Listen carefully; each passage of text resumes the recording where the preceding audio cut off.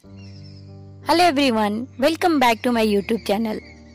आज हम लोग जिस बुक की समरी सुनेंगे उसका नाम है grit. What is grit? Grit का मतलब है परसिवरेंस, यानी लगातार किसी काम को करते रहने की हिम्मत। अगर आप बाय बर्थ टैलेंटेड पर्सन नहीं हैं तो कोई टेंशन की बात नहीं है। आप चाहें जो भी हो, जैसे भी हो, फिर भी आपके पास ग्रिट हो सकती है। आप इस बुक के थ्रू यह समझ पाएंगे कि सक्सेस में टैलेंट का कितना इम्पोर्टेंस है, आपका क्लियर गोल्स का होना कितना जरूरी है। यह भी समझ पाओगे कि अपनी लाइफ में गिव अप ना करना, यानी खुद से हार ना मानना कितना जरूरी है। अगर आप भी अपनी फील्ड में बेस्ट बनने का ख्वाब देखते हो तो इस बुक को आपको जरूर पढ़ना चाहिए। शोइंग अप, ऑथर ने आर्ट्स एंड स्पोर्ट्स की फील्ड में सक्सेसफुल लोगों का इंटरव्यू लिया। उन्होंने उनसे पूछा कि वह कौन सी क्वालिटीज है जो हमें सक्सेसफुल बनाती है।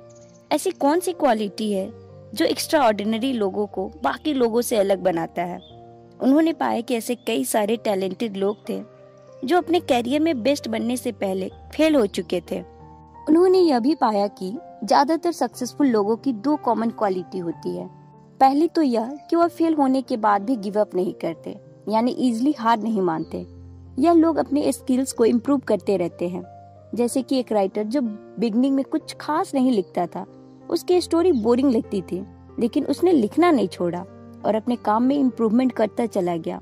बाद में उस राइटर ने एक प्रेस्टिजियस अवार्ड भी जीता। सक्सेसफुल लोगों की दूसरी कॉमन क्वालिटी है कि वह कभी सेटिस्फाइड नहीं होते। वो अपने काम में इम्प्रूवमेंट करते रहते हैं, तब तक करते हैं जब तक कि वह उसके मास्टर न बन जाए। अगर कहा जाए तो उन्हें अपने काम से प्यार होता है। टास्क चाहे जितना भी फ्रस्ट्रेटिंग हो, बोरिंग या पेनफुल हो, वह उसे कंप्लीट किए बगैर छोड़ते नहीं हैं। यह लोग अपने सबसे बड़े क्रिटिक्स होते हैं। क्रिटिक्स मतलब खुद को भला बुरा बोलना। इन्हें अपने काम में कोई न कोई कमी दिखी जाती है, जिसका रिजल्ट यह होता है कि यह बेहतर से और बेहतर करते चले जाते हैं। ये अपने गोल्स को लेकर बिल्कुल क्लियर होते हैं। अगर इन्हें दो क्वालिटीज के नाम दिए जाएं तो यह एक परसिवरेंस और दूसरी पैशन। परसिवरेंस है हार्ड वर्क और गिर के उठना, वही पैशन है पक्का इरादा और डायरेक्शन। इन सारी क्वालिटीज को हम एक नाम दे सकते हैं, वह ग्रिट है, यानी passion and perseverance. Distracted by talent, successful होने के लिए सिर्फ टैलेंट से काम नहीं चलेगा।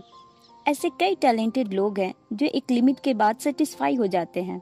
यह न तो प्रैक्टिस करते हैं न ही कोई ट्रेनिंग। दूसरी तरफ ऐसे भी लोग हैं जो बिल्कुल भी स्पेशल नहीं लगते। उनकी स्टार्टिंग एकदम एवरेज लेवल पर होती है, लेकिन वक्त के साथ यह लोग अपनी ग्रिट की वजह से अपने फील्ड के मास्टर बन जाते हैं। बेशक इनमें हुनर हो या ना हो, बट अपने पैशन एंड परसिवरेंस की वजह से इन्हें सक्सेस मिलती है। इसे हम एक स्टोरी के थ्रू समझ सकते हैं। एंजेला सैन फ्रांसिस्को के स्कूल में मैथ्स पढ़ाती थी। उन्होंने नोटिस किया कि जिन बच्चों का मैथ्स अच्छा था उन्हें क्लास में एवरेज मार्क्स मिलते थे, लेकिन जो स्टूडेंट काफी मेहनत एंड प्रैक्टिस करते थे वह टेस्ट एंड क्विज में काफी अच्छा परफॉर्म करते थे। डेविड इन्हीं स्टूडेंट्स में से एक था। हालांकि वह मैथ्स में एवरेज था। डेविड थोड़ा शर्मीला और चुपचाप रहता था। वह बैक बेंचर था। उसने क्लास में न तो कभी कुछ पढ़कर सुनाया था, न कभी बोर्ड पर कोई प्रॉब्लम सॉल्व करके दिखाई। इसके बावजूद वह हमेशा अच्छे मार्क्स लाता था। एंजेला ने नोटिस किया कि वह बाकी बच्चों से ज्यादा फोकस्ड और इरादे का पक्का था। क्लास खत्म होने के बाद डेविड उससे बड़ी रिस्पेक्ट के साथ बोलता था, मुझे और एक्सरसाइज करने को दीजिए। एंजेला को डेविड में पोटेंशियल दिखा। उसने डेविड को एडवांस मैथ्स प्रोग्राम ज्वाइन करने को बोला। 1 ईयर बाद एंजेला ने उससे उसकी परफॉर्मेंस के बारे में पूछा। तब डेविड ने बताया कि मैथ्स उसके लिए डिफिकल्ट है, उसे मुश्किल से A ग्रेड मिलता है। जब उससे कोई प्रॉब्लम सॉल्व नहीं हो पाती तो अपने टीचर्स की हेल्प लेता था। फिर वह उन क्वेश्चंस को दोबारा सॉल्व करने की प्रैक्टिस करता था।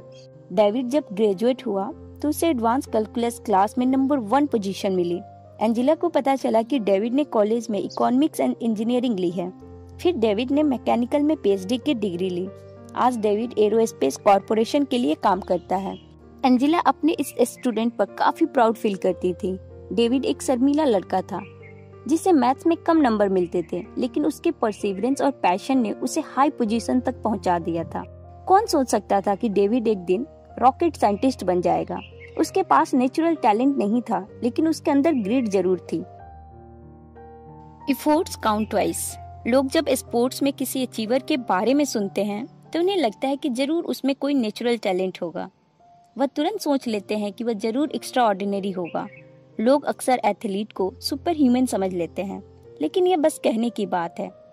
स्पोर्ट्समैन के पास कोई जादू की छड़ी नहीं होती, फिर भी हमें लगता है कि उनके पास कोई सीक्रेट है, लेकिन उनका सीक्रेट सिर्फ एक है, वह ग्रीड है।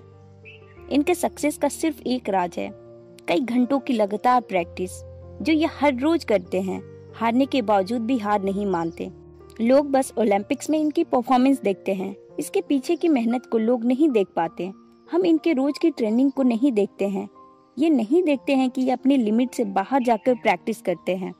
क्या आपने ऐसे इंसान के बारे में सुना है जो डिसलेक्सिक होने के बावजूद भी एक ग्रेट राइटर बने? यह जॉन इरविन है, जो एक बेस्ट सेलिंग ऑथर और अवार्ड विनिंग स्क्रीन राइटर है। जॉन पढ़ाई में काफ़ी वीक थे, इंग्लिश में हमेशा उनका बुरा परफॉर्मेंस रहता था। दरअसल जॉन को डिसलेक्सिया की गंभीर समस्या थी, उन्हें ठीक से वर्ड्स लिखना नहीं आते थे।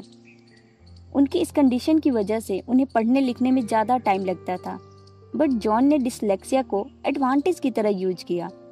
जब वो नॉवेल्स लिखने बैठते थे तो पेजेस को बार बार पढ़ते थे। उनके अंदर पैशन और परसिवरेंस दोनों ही था। जॉन कहते हैं कि रीराइटिंग एक राइटर का एसेट है। वह फर्स्ट ड्राफ्ट लिखने के बाद उसे दोबारा लिखते थे, यही उनकी हैबिट बन गई थी। जॉन ने 20 से भी ज़्यादा नॉवेल्स लिखी है। फेमस एक्टर विल स्मिथ का नेचुरल टैलेंट पर मानना है कि मैंने खुद को कभी भी टैलेंटेड नहीं समझा, बल्कि मैं काफ़ी स्ट्रिक्ट वर्क एथिक में बिलीव करता हूँ। वह यह भी कहते हैं कि बाकी एक्टर्स उनसे बेहतर या ज़्यादा स्मार्ट हो सकते हैं, लेकिन वह मुझसे कभी आगे नहीं निकल सकते, क्योंकि मैं कभी भी हार नहीं मानता। How gritty are you? Author एक स्कूल में लेक्चर दी। लेक्चर के बाद एक यंग एंटरप्रेन्योर उनके पास आया। वह ग्रीड के बारे में और जानना चाहता था। उसने बताया कि उसने एक स्टार्टअप कंपनी खोली है। इस बिजनेस से उसने कई हजार डॉलर कमाए हैं। वो अपने गोल्स को अचीव करने के लिए दिन रात मेहनत करता है। कई बार तो वह ढंग से सो भी नहीं पाता। उसकी बात सुनकर ऑथर काफी इम्प्रेस हुई। उसने बिजनेसमैन से कहा कि ग्रीड का मतलब इंटेंसिटी से कहीं ज्यादा स्टैमिना के बारे में है। ऑथर ने कहा कि अगर तुम अपने एटीट्यूड में ग्रीड लाना चाहते हो, जो चीज तुम कर रहे हो उसे कंटिन्यू करते रहो, चाहे तुम कंपनी चेंज कर लो, बट अपना पैशन एंड डायरेक्शन सेम रखो।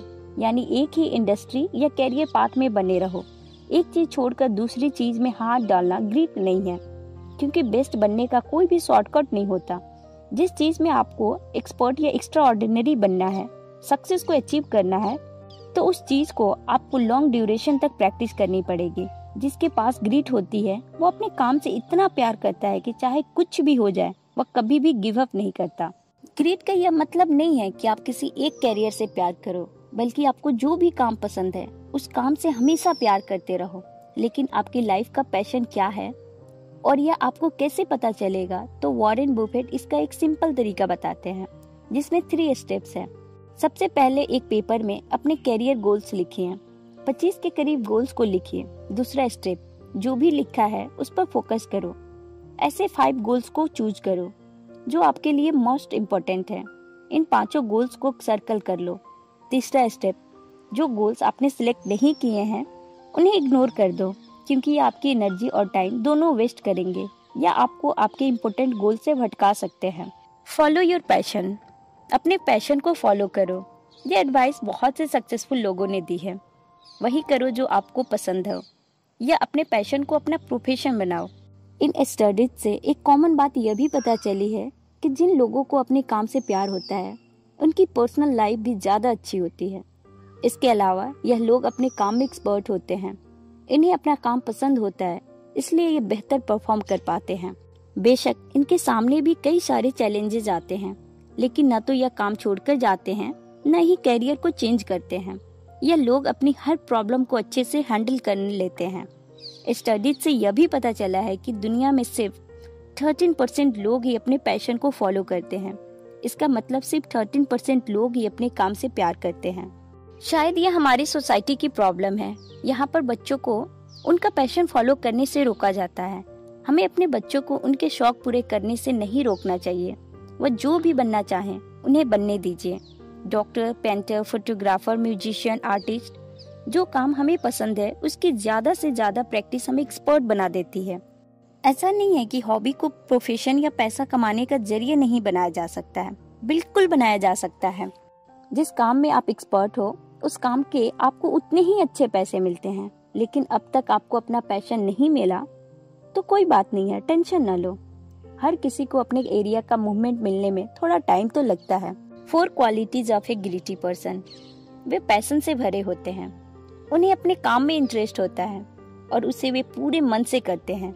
वो उसमें डूब ही जाते हैं, उन्हें दिन और रात का भी होश नहीं रहता और यह सब करके उन्हें कोई थकान भी नहीं होती।